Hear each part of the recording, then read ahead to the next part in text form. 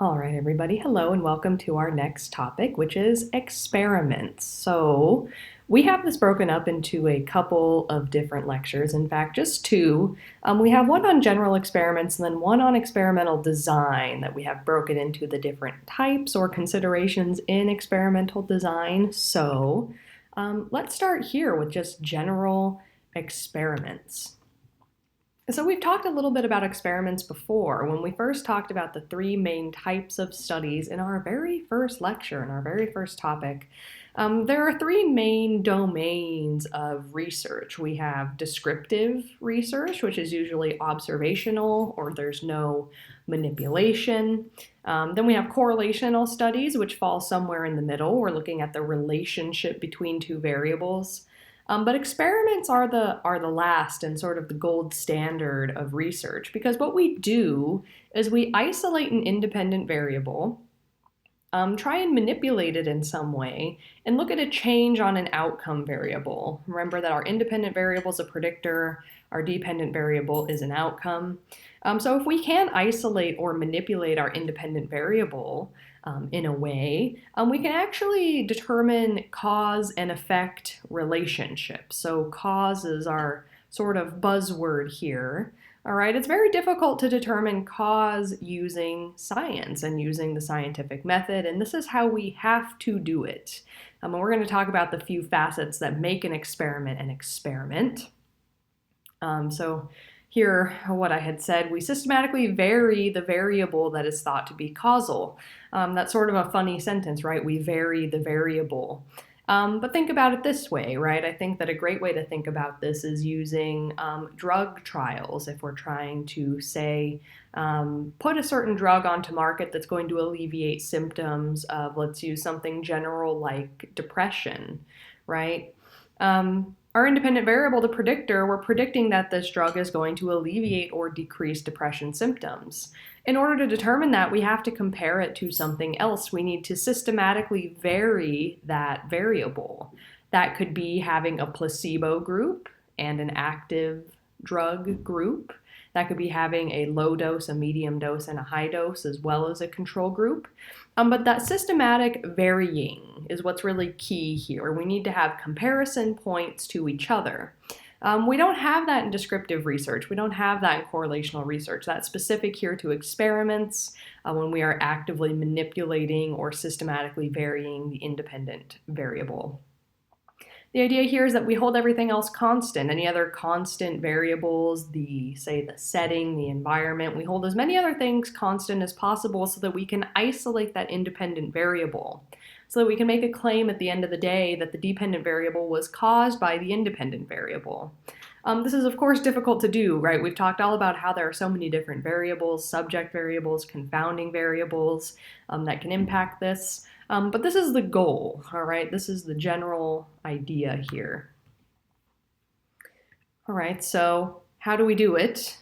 All right, we use random assignment, randomized assignment. So randomized assignment is a little bit different from random sampling. All right, so we'll talk about this in levels here. So say let's continue on with this depression example. All right, say we want to take a look at this drug and how it affects those with depression. Well, we could gather a random sample of individuals with depression, right? That could be our first level of randomization in the sample. Then we have a sample of those who are struggling with depression, right? And maybe for this example, let's take the colors, the orange and the blue, to be something like gender, all right, a subject variable that we cannot manipulate going into the study. So we would randomly sample, then we would randomly assign those in the sample to one of two groups. The basic experimental design is having a treatment group and a control group. Right, a control group means a group that is not receiving the condition. Whatever it is that we're applying to this experiment, they are not receiving it. We've seen some examples in this in the articles that we read for this class. All right, so control means that they do not receive whatever the independent variable is. All right, they're part of a control group. The treatment group receives the treatment. In this case, if we're using our drug example, they would receive the medication, right? Then we would do a comparison across these two groups to see if there's a difference. Now, of course, randomized assignment's not perfect. It's not that we have perfectly comparable groups in our treatment and control group always due to this. However, if we find a statistically significant difference in depression symptoms between these two groups, we can attribute it, we can say that the drug perhaps caused that difference. Of course, we still need to adhere to the scientific method. We'd want to repeat this process again and again to make sure that this wasn't an error, all right? But this is the general idea, all right? Control all the other variables, use randomized assignment, and manipulate the independent variables, measure the effect to see if there was an impact on the outcome variable. So this is how we get cause. All right, remember that cause is a word that's often thrown around in our day-to-day language, right? We say one thing caused another. In science, it's a little more nuanced, right? To say one thing caused another means that we've considered nearly everything else that could contribute to that dependent or outcome variable. So one study is never going to cut it, right? The studies that we do in this class will not determine cause and effect relationships because we're doing something called a quasi-experiment, which we'll talk about in the next topic with experimental design. All right, so here's an example, an image, all right? Maybe the experiment is that students' scores, test scores, will be affected by distracting sounds in the environment. All right, normally test-taking environments are meant to be quiet and consistent. So the control group would be just a normal class. The experimental group would be the group with distracting sounds, right? So just a visual way to think about this. If we saw a difference, right, we would assume that we randomly assigned students to each of these groups, right? We didn't put the excellent students, right, in the experimental group or vice versa. So if we had randomized assignment, if we compared these and the experimental group did significantly worse, we could suggest, right? We could say that we have some evidence for there being a cause and effect relationship between distracting sounds and test scores. So notice even then when using the word cause, we sort of dance around it. If you remember back to your statistics class, remember we never prove or accept a hypothesis, we just have evidence to suggest it, and that persists here as well.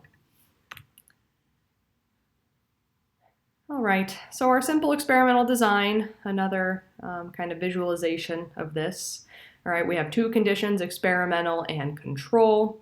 The experimental group will receive something, the other will not. In this case, we have a mentoring program and outcomes. But I like this particular example because it includes the course of time, all right? So in the experimental group, we see people before a mentoring program, during the mentoring program, and then the outcomes as a result of the mentoring program. And then we have another group that follows the same timeline, and we look at outcomes as a result of time, right? We could assume this is an academic mentoring. How much would somebody improve over the course of time? Naturally, right? We would want that comparison group.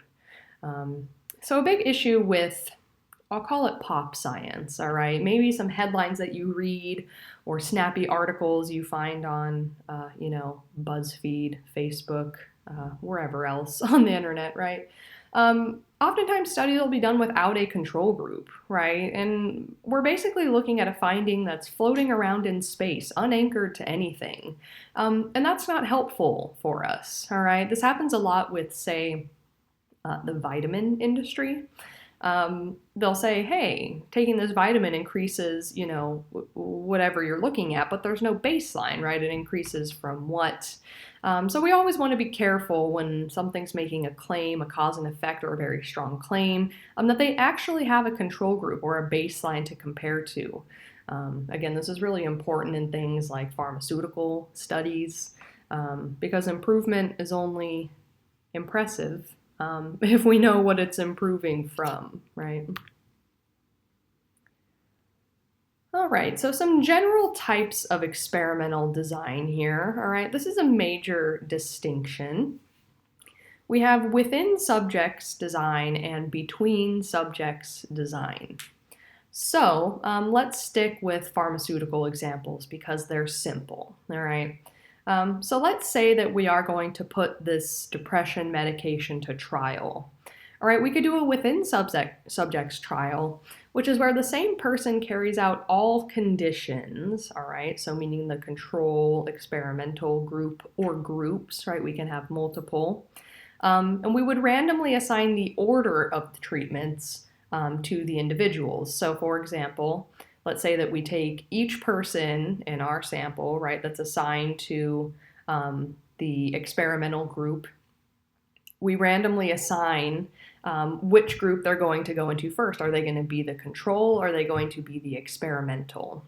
So for example, let's take a person who's going to test out this drug. Maybe for 6 weeks, we have them take a placebo, and then for the next 6 weeks, we have them take an active ingredient. In this case, within subjects, we're comparing the same person as a control and as our experimental group. So this eliminates the issue of having to compare across subject variables in a between subjects design, because a between subjects design looks at two different groups of people. One entire group gets the placebo, one entire group gets the active ingredient. All right, so if we think about this a little bit, we can think about the pros and cons of each of these. All right, the pro of a between subjects design is you can have both of these groups doing this at the same time, right? You can have 6 weeks of somebody on placebo, 6 weeks of somebody taking the active ingredient, then you can compare them. If we're going to do within subjects, we would need them to take 6 weeks of placebo and then 6 weeks of the experimental design. That'd be a 12-week study as opposed to a 6-week study, all right? So that makes a bit of a difference. The argument for within subjects design is that you're the best baseline for yourself, right? Improvement within yourself is the best comparison. It's not always practical, it's not always reasonable, but these are two different designs, right? And we'll talk about these designs in the papers we continue to read in this course. All right, we have something called counterbalancing as well. All right, so counterbalancing has to do with the order in which conditions are given. All right, so I think that this image helps out quite a lot here. So we have a between subjects design on top with two conditions, and then within subjects below. So for between subjects, right, we're just splitting the sample into two groups. One get the experimental condition, one get the control condition. And within subjects, if they're receiving both, we want to change the order in which certain individuals are receiving the conditions. So for example, one participant might take 6 weeks of placebo, then 6 weeks of the active drug. Another participant might do the opposite, take the active drug first and the placebo second. This is to eliminate what we call order effects. With drugs, we could see this, right? Maybe that taking the pill, there would be some kind of crossover into taking the placebo. But this is even more important when we're doing things like memory tests. The control versus the experimental group, there might be something like a practice effect in place. So counterbalancing all of your participants in this way should help to alleviate statistically the influence of those effects. So I have a little arrow here. This is counterbalancing, is when you switch the order of the conditions. Someone might get the first condition first, the second condition second. The other person might get the second condition first and the first condition second. All right, another element of experimental design is this idea of pre and post test. Right, we can do this with multiple types of design. All right, so say that we randomly assign individuals into groups. We give some a pre-test. Then we give them the condition, and then we do a post-test, all right? So this is an example of, say, within subjects design. So maybe we're doing an experiment where we're trying to improve our memory, right? There's lots of gimmicky little games out there that say they'll improve your memory. There are some that are being created by scientists that maybe have some promise. But maybe you're randomly assigned into a group where you're going to be playing a brain training game once a week. So maybe before you even start, they give you a pre-test. They see where your brain's at. How are you already doing? Then they expose you to the condition, right? You would take part, use the game, the training. Then they would do a post-test, right, to see if there was any improvement in yourself. So there are multiple variants here. All right. I think this helps as well, sort of a flow chart of these things. Comparing the experimental group to the control group. So on the left here, we have experimental groups and then our event and then the post-test comparison. Control groups won't receive this, right? They won't receive the condition. So this goes back to one of those first images we looked at it, looking at the course. of time, right? So we compare initially, we see if the experimental and control group are similar. So if we take this brain training example, right, maybe you take a sample of people and you split them into two groups. You give one group the brain training, one group does not.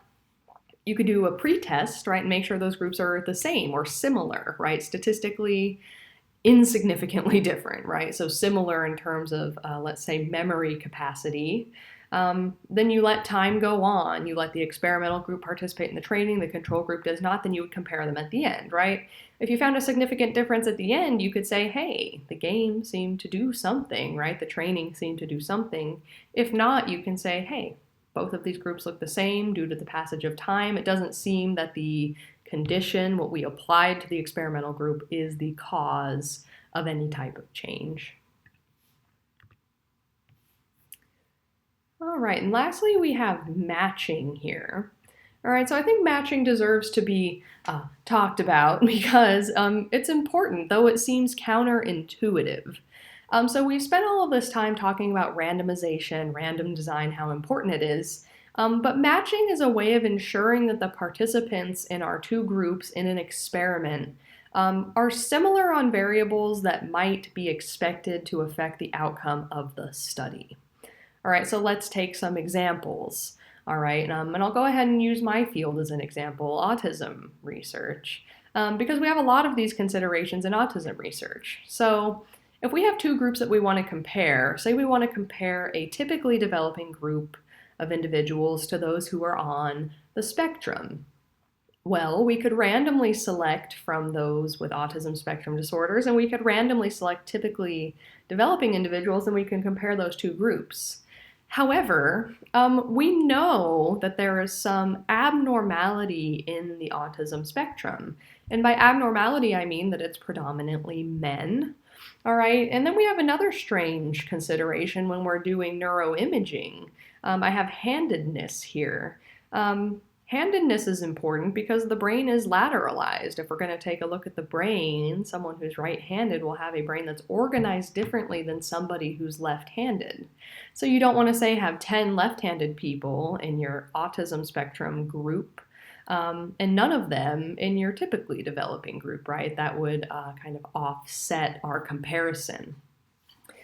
So we have a process called matching, where we basically want no significant differences between our groups on a certain set of variables, right? Maybe age is another. If we're comparing brain development, we don't want to compare children to adults, right? They'll have totally different brains.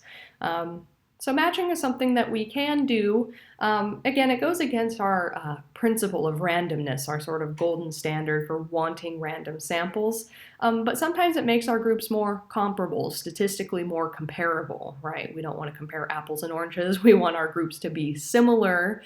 Remember, in an experiment, we want to control for almost everything that we can apart from that independent variable. So this can be helpful.